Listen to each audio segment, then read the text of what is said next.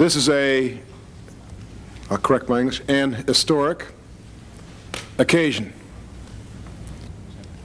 The time has come to end all discrimination in whatever form. For some of us, the Americans with Disabilities Act of 1988 represents the next step in the American civil rights movement. This legislation grants full rights to Americans with disabilities and moves our great nation from a respectable position of official compassion for those with impairments to a more laudable position of empowering disabled Americans. People with disabilities like racial and ethnic minorities, women, are entitled to obtain a job, enter a restaurant or hotel, ride a bus, listen to and watch the TV, use the telephone, and use public services free from invidious discrimination and free from policies that exclude them solely on the basis of their disability. Every American must be guaranteed genuine opportunities to live their lives to the maximum of their potential. The Americans with Disabilities Act prohibits discrimination against persons with disabilities in areas of employment, public accommodations, transportation, communications, and public services. It is my expectation that this legislation will become the law of the land during the 101st Congress. However, the road to enactment will be filled with potholes and roadblocks. But if we stick together as a community and we work with the groups representing employers in the hotel, restaurant, communications, and transportation industries, I believe we can succeed. I think as you listen to those who have spoken today, you realize that there probably hasn't been a family in the country that hasn't been touched by some form of physical or mental challenge. You've heard some statements today, very moving statements of members of the family. That's been true in the Kennedy family as well. The sister who's retarded, a son, my own son, who's lost a limb to cancer. And I bet if you go across this country, there really isn't a member of a family or an extended family that hasn't been touched. And so it is time that our government recognize our abilities and give us the dignity to do what we can do.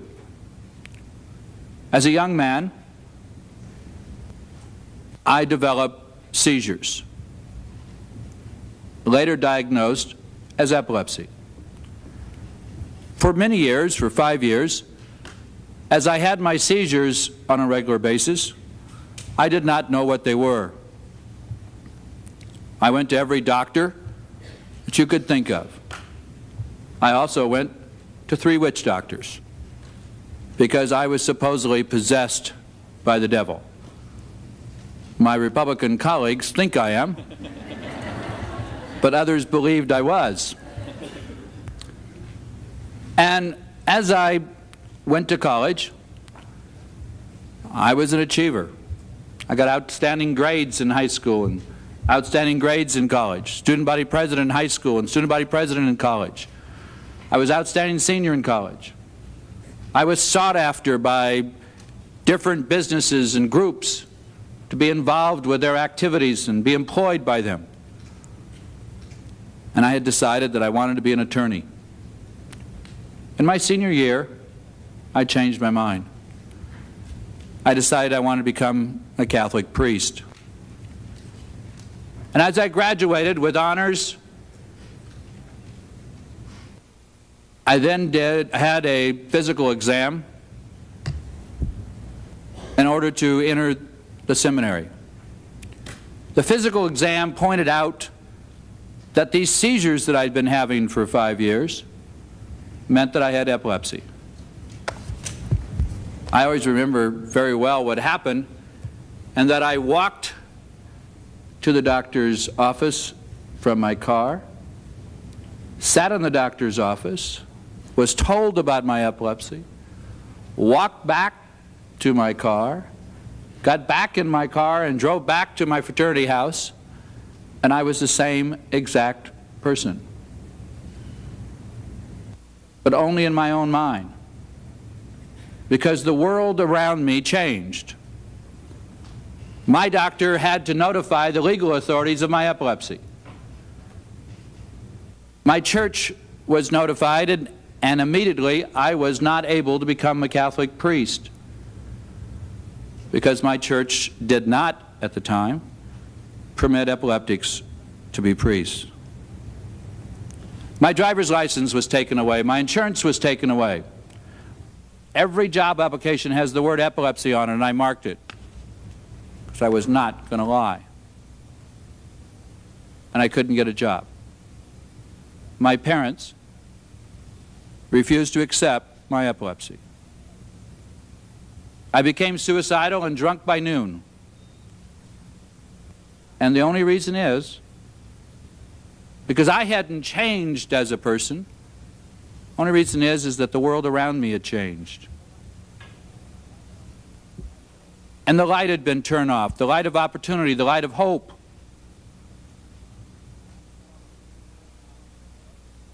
And not until a priest friend of mine turned me over to a man of hope by the name of Bob Hope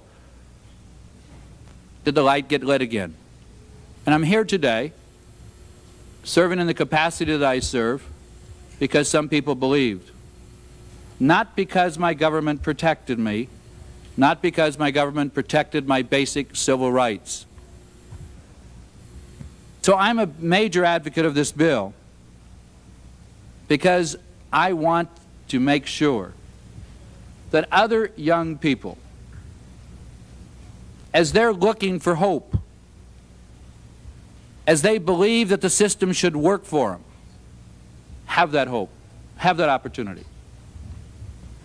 What happened at Gallaudet University was not only an inspiration, I'm sure, to the hearing impaired. What happened at Gallaudet University was an inspiration to all of us with disabilities. And that if we ourselves believe in ourselves and are willing to stand up, we can make a difference. That's what this bill is all about. 36 million Americans deciding it's time for us to stand up for ourselves,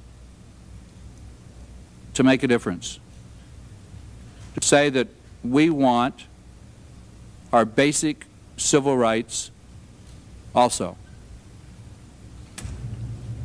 We deserve it, and give us an opportunity to do what we can do. Don't keep telling us what we can't do.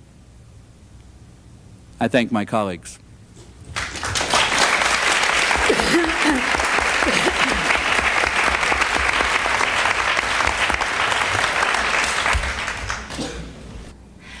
On behalf of 36 million citizens, I ask you to keep in mind that for decades, disabled people have been waiting.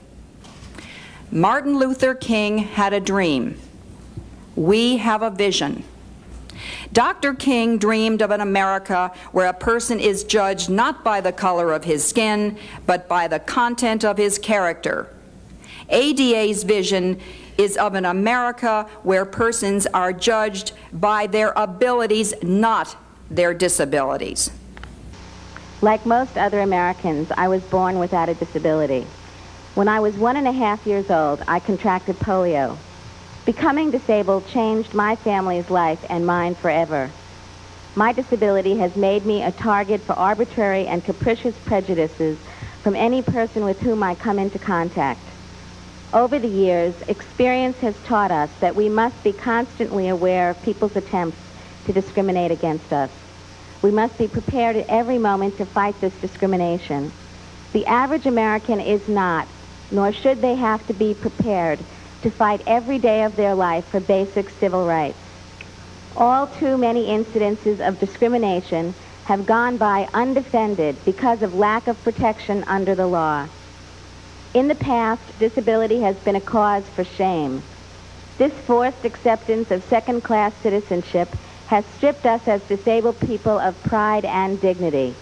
This is not the way we as Americans should have to live our lives. When I was 5, my mother proudly pushed my wheelchair to our local public school, where I was promptly refused admission because the principal ruled that I was, quote, a fire hazard, end quote. I was forced to go on to home instruction, receiving 1 hour of education twice a week for 3.5 years. Was this the America of my parents' dreams? My entrance into mainstream society was blocked by discrimination and segregation. Segregation was not only on an institutional level, but also acted as an obstruction to social integration. As a teenager, I could not travel with my friends on the bus because it was not accessible. At my graduation from high school, the principal attempted to prevent me from accepting an award in a ceremony on stage simply because I was in a wheelchair. When I was 19, the house mother of my college dormitory refused me admission into the dorm because I was in a wheelchair and needed assistance. When I was 21 years old, I was denied an elementary school teaching credential because of, quote, paralysis of both lower extremities, sequelae of poliomyelitis, end quote. At the time, I didn't know what sequelae meant. I went to the dictionary and looked it up and found out that it was because of. So it was obviously because of my disability that I was discriminated against. At the age of 25, I was told to leave a plane on my return trip to my job here in the U.S. Senate because I was flying without an attendant. In 1981, an attempt was made to forcibly remove me and another disabled friend from an auction house because we were, quote, disgusting to look at, end quote. In 1983, a manager at a movie theater attempted to keep my disabled friend and myself out of his theater because we could not transfer out of our wheelchairs. These are only a few examples of discrimination I have faced in my 40-year life. I successfully fought all of these attempted actions of discrimination through immediate aggressive confrontation or litigation. But this stigma scars for life. Many disabled persons experience discrimination of the same magnitude, but not every one of us possesses the intestinal fortitude and has the support of family and friends required to face up to these daily societal barriers. Sadly, these are not isolated examples true only in the past tense. This is an ongoing social phenomena which haunts our lives at every minute. I have been told throughout my life to be understanding of these people's actions. Quote, they don't know any better, end quote. Neither I nor any one of the 42 million other people with disabilities can wait for the 200 million non-disabled Americans to become educated to the fact that disability does not negate our entitlement to the same constitutional rights as they have. Just as other civil rights legislation has made previously sanctioned discrimination illegal, so too will the passage of the Americans with Disabilities Act of 1988 outlaw protectivist, paternalistic, ignorant discrimination against all persons with disabilities. We as disabled persons are here today to ensure for the class of disabled Americans the ordinary daily life that non-disabled Americans too often take for granted. The right to ride a bus or a train, the right to any job for which we are qualified, the right to enter any theater, restaurant, or public accommodation, the right to purchase a home or rent an apartment, the right to appropriate communication. Whether you have HIV infection, cancer, heart disease, back problems, epilepsy, diabetes, polio, muscular dystrophy, cerebral palsy, multiple sclerosis, are deaf or blind, discrimination affects all of us the same. Simply put, we are here today to say that people in our society have been raised with prejudicial attitudes that have resulted in extreme discrimination against the 42 million persons with disabilities in the United States. Discrimination is intolerable. The United States Congress is to be commended for its introduction of the Americans with Disabilities Act. The passage of this monumental legislation will make it clear that our government will no longer allow the largest minority group in the United States to be denied equal opportunity. You have all heard our testimony today, but you have also been aware of these stories for many years. As elected representatives, you must act without delay to end these reprehensible acts of discrimination. To do any less is immoral. Thank you.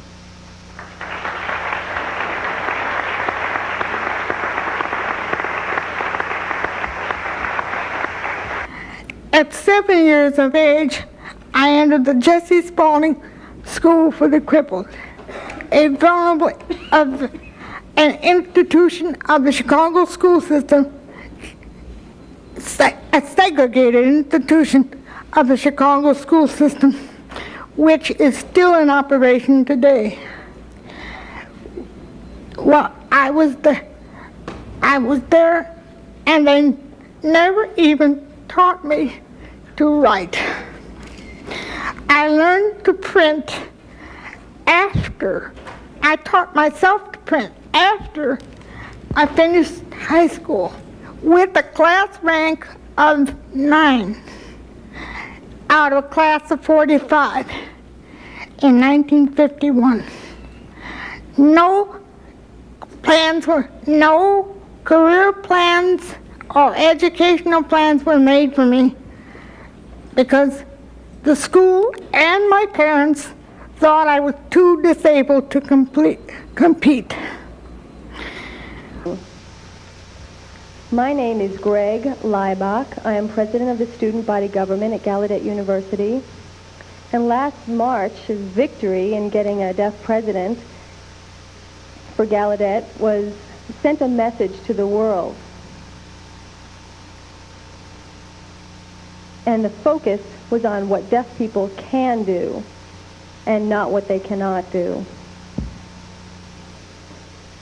Very often discrimination appears on a daily basis in our lives. We face that all the time, every day. We have many experiences of being turned down for jobs, denied promotions. For example, my own deaf brother, he had to hire and pay for an interpreter himself so he could interview for a job. And I've been denied medical treatment because doctors misunderstood us and couldn't communicate with us. They refused to hire a qualified interpreter. We have tried contacting police stations very often, but often they don't know how to use TTYs, or they don't have it in their stations. In the past, we felt that there's nothing that we could do, that we had to accept this fate.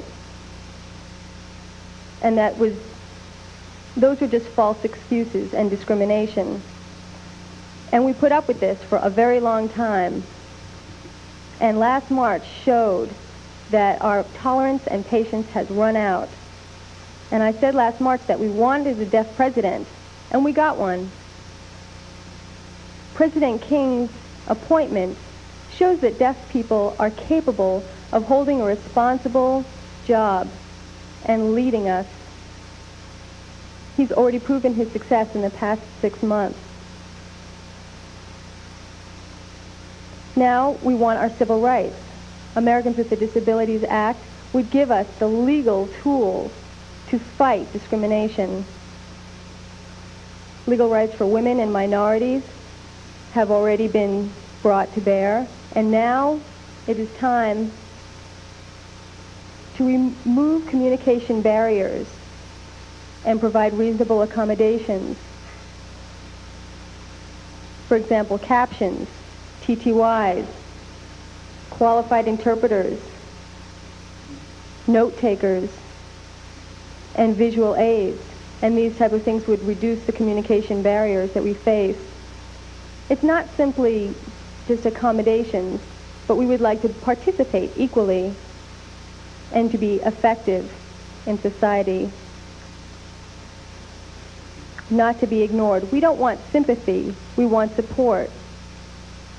Until early last year, my family and I had an average life near one of America's thousands of average small country towns. We juggled our jobs, our daughter, and our credit card payments. Our pleasures were simple and common. A walk in the woods, a new song on the radio, or a cookout with other young families. But then my life changed dramatically. While delivering our healthy son, I suffered serious complications, including cardiac arrest and a stroke. Because of massive hemorrhaging, I received numerous transfusions of blood products. One unit was later found HIV positive, and in March of 1987, my own blood first tested positive for antibodies to the HIV virus. the virus that causes AIDS. The average life I once enjoyed has vanished, and since I've been living with HIV, I've learned a terrible truth about America, that it's not a good place to be different or to be ill, in spite of what we teach in government class. A woman in another part of Kentucky had managed a school cafeteria for a number of years. Her adult son, who was living in California, became ill with AIDS. The woman went to California to bring her son home so she could care for him, but when she returned, she was abruptly fired from her job. Apparently, even the perception that you're associated somehow with HIV, whether or not you have it, is grounds for ill treatment. This has to change. We need a law that will protect all people, even those perceived to be infected, simply because they are helping those who are ill. A man passing through a central Kentucky town was stopped for drunk driving. After he told the arresting officers that he had AIDS, the man's car was driven to a parking lot of the jail. Instead of putting the man in jail, the officers locked him inside his car to spend the night. The car was eventually surrounded by sightseers, staring and pointing at the man. Living with HIV is particularly stressful for people in America's small towns and rural communities.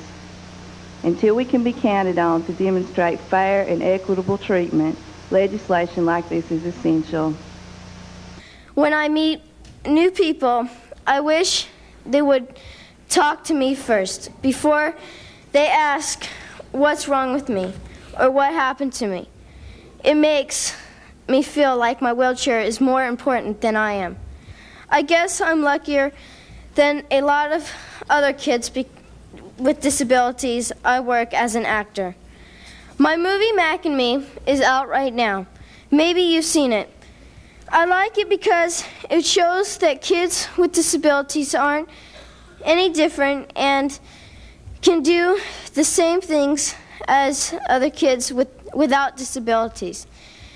If given a chance, it's the first movie to star a kid with a disability, and it's a great family film full of adventures. Even got to do some of my own stunts. I also think Mac and Me is terrific because it shows a kid with a disability giving help instead of just getting help, and nobody tries to cure me, or take away my disability by the end of the movie. Aside from acting, I liked racing in my wheelchair. I've won 5K and 10K races. After my mom and I go jogging on the beach back in California, we sometimes take the bus back home, or at least we try to. Most of the buses don't have lifts on them, so some of the drivers are very rude and get mad if I want to take the bus. Can you believe that? I work and part of my taxes pay for public buses, and then they get mad just because I'm using a wheelchair. I don't think that's fair or right. I'm important too. If I really have to, I could get out of my wheelchair and climb up the stairs. But I don't think I should have to. Maybe another person using a wheelchair is trying to go to work or school, and they shouldn't have to crawl up the stairs and get dirty. Or maybe they can't even get out of their wheelchair by themselves. Dan, have you had any jobs? Yes, I worked at a job. I worked at Parkview Junior High. And my friends that worked at Parkview Junior High, and Bob, Bobby, Dan Piper, and Max. And where else have you worked? I worked at Walmart, Hardee's, Adelo's, all stuff. Yeah. When you're an adult and you're not going to school anymore, do you want to work? Okay. And where would you like to work when you're an adult? And earn some money? I earned some money by a video store. Dan can work and can live independently in the community with services, but how many doors will be closed to employment and community living when his parents are no longer around to break down those barriers? Our family has served as effective advocates for Dan. Many children with whom I have contact do not have the luxury of consistent support. The reality is that while our advocacy has proven successful, we will soon face the private sector where there are no assurances. We have invested in Dan's future. The state of Iowa has invested in Dan's future, and the Ankeny Public School District has made an investment in Dan's future.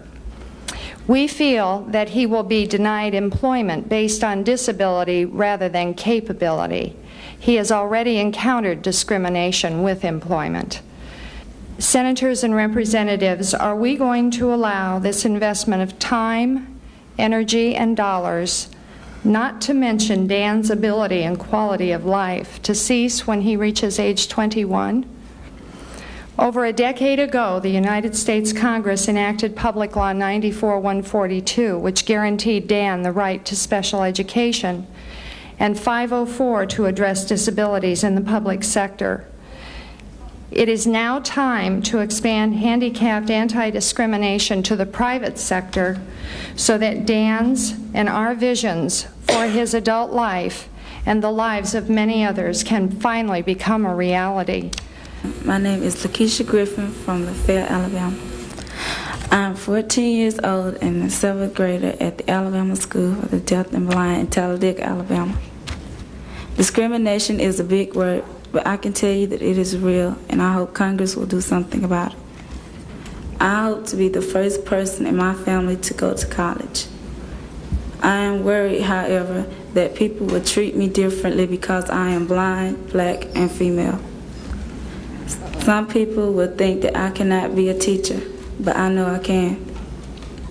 I don't need sympathy. I don't need prejudice.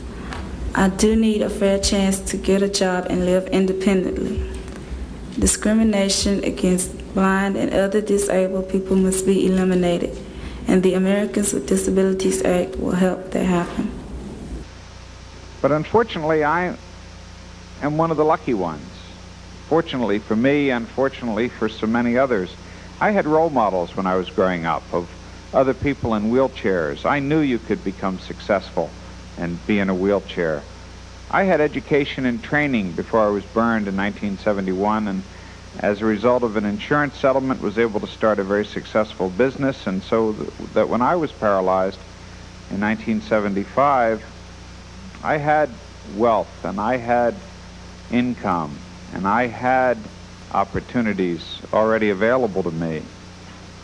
What about all of those who, because of the absence of transportation or the absence of communication facilities, can't even find the employer or get to the employer to present themselves as a qualified candidate for a job? How do they function in our society? We don't want a handout. We don't want a free ride. We just want to act normal in an amazing situation. We don't want to be patient anymore. If 36 million Americans would contact their legislative leaders and urge upon them the need for this legislation, it would be done. That's a tremendous political force. I'm, as I've said, one of those in the disabled community. I don't think we've done enough of educating my colleagues as to what we want and what we don't want. And that's why I say patience is over with. We have a long road to go. I'm not going to sit here, stand here, and kid you that somehow this thing is going to get through right away. There are roadblocks and a lot of problems out there. So what it's going to take is it's going to take persistence. A lot of persistence on my part, a lot of persistence on your part. You're the ones who can make this bill happen. You've got to connect up with your friends, your families, the different agencies, organizations that you belong to, and you've got to make this your top priority. It's going to be a tough battle. I'm convinced we can do it. The history of the United States has been a constant evolution of opening more doors, of breaking down barriers, of extending basic human rights to more and more people. Sometimes we don't always live up to those words that we have in the Declaration of Independence and in our Bill of Rights, but we constantly try to live up to them. We said that all men, and I'm sure they meant all women too, if they were here today, were created equal. And yet for almost 100 years after, we had slavery. We didn't even get the Civil Rights Act until 1964. Women didn't have the right to vote until what, 1912, wasn't it? 1912, 1913? I should remember that date. And so, but it has been a constant progress towards expanding our concept of basic human rights. But with each one of those hurdles we had to cross, it took a lot of effort, a lot of time. I'm hopeful it won't take that long for this bill. We've laid the groundwork, we've made the initial steps, and now we just need to take that final step of breaking down the final barrier in our country of discrimination. I guess I'm reminded that when I think about how tough it's going to be and how much work it's going to take, I'm reminded of Rosa Parks, who got off that bus in Alabama and said she wasn't going to ride in the back of the bus anymore. And she led the bus boycott, as some of you remember, at least those of you who are as old as I am. And I don't know how long that bus boycott went on, but they all walked to work. They walked to their places of employment, and they walked home, some of them 3, 4, 5 miles a day, rather than take the buses. And after it was all over with, they broke the back of the bus company and were entitled to sit anywhere they wanted to on the bus. When it was all over with, someone asked Rosa Parks how she felt. She said, well, she said, it's been a long, tough battle, but my feet are tired, but my soul is at rest. Let us work hard so that when we finally win this battle, we can all say together, and paraphrase Rosa Parks, our bodies are tired, but our souls at rest. Thank you.